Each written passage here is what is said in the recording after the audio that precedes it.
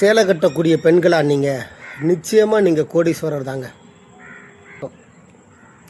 ஒரு வீடியோ அனுப்பிச்சிருந்தாங்க நண்பர்கள், வாடிக்கையாளர்களும் அதவே நிறையா ஃபார்வேர்ட் பண்ணி எனக்கு அதற்கான விளக்கத்தை சொல்லுங்கள் அப்படின்ற மாதிரி கேட்டிருந்தாங்க. அது என்ன வீடியோன்னா, பெண்கள் சேலை கட்டினாங்கன்னா நிச்சயமாக அவங்களுக்கு பொருளாதாரம் எப்பயுமே வரும். அதுவும் குறிப்பாக கெண்டைக்காலுக்கு கீழே தரையில் படுற மாதிரி சேலை கட்டியிருந்தாங்க அப்படின்னா நிச்சயமாக அவங்களுக்கு பொருளாதாரம் வரும் அப்படின்ற மாதிரி சொல்லியிருந்தாங்க. அவங்க அதற்கான விளக்கம் சொன்னதான் மிக அருமை. நீங்கள் கெண்டைக்காலுக்கு மேலே நீங்கள் சேலை கட்டுனீங்க அப்படின்னா உங்கள்கிட்ட பொருளாதாரமே எப்பயுமே வராது. அதற்கு காரணமாக என்ன சொன்னாங்கன்னா, வீட்டில் வேலை பார்க்கக்கூடிய பெண்கள், இன்னும் வயல்வெளிகளில் வேலை பார்க்கக்கூடிய பெண்கள், அவங்கெல்லாம் பார்த்திங்கன்னா கெண்டைக்காலுக்கு மேலே சேலை கட்டியிருப்பாங்க, சேலை ஏற்றி கட்டியிருப்பாங்க.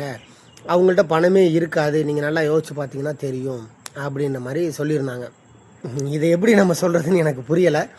இருந்தாலும் என்னுடைய விளக்கத்தை சொல்கிறேன். இது மாதிரி ஒரு முட்டாள்தனத்தை எப்படி என்கரேஜ் பண்ணுறாங்கன்னு தெரில. மக்களுக்கு ஏதோ ஒரு விதத்தில் பணம் வந்தால் போதும் அப்படின்னு நினைக்கிறனால தான் இந்த மாதிரி வீடியோக்கள்லாம் வெளிவர ஆரம்பிக்குதுங்கிறது என்னுடைய கருத்து. ஸோ உண்மையிலே உழைக்கக்கூடிய மக்கள் தன்னுடைய சௌரியத்திற்காக தான் கெண்டைக்காலுக்கு மேலே கட்டுறாங்களே தவிர வேறு எதுவுமே இல்லை.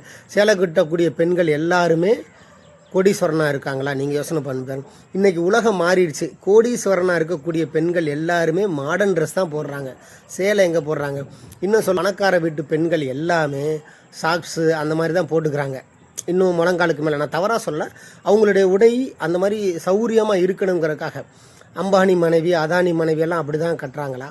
அப்படி பார்த்தா கெண்டைக்காலுக்கு மேலே கட்டியிருக்கக்கூடிய யாருமே கோடீஸ்வரனாக இருக்க மாட்டாங்களா? அப்படியெல்லாம் இல்லை. இது எல்லாமே நீங்கள் பணம் சம்பாதிக்கணும், ஏதோ ஒரு விதத்தில் பணம் வந்தால் போதும் நினைக்கக்கூடியவங்களை தன்னுடைய வாடிக்கையாளராக மாற்றணுங்கிறதுக்காக செய்யக்கூடிய உருட்டுகள் தானே தவிர இதில் துளியளவு உண்மை கிடையாது.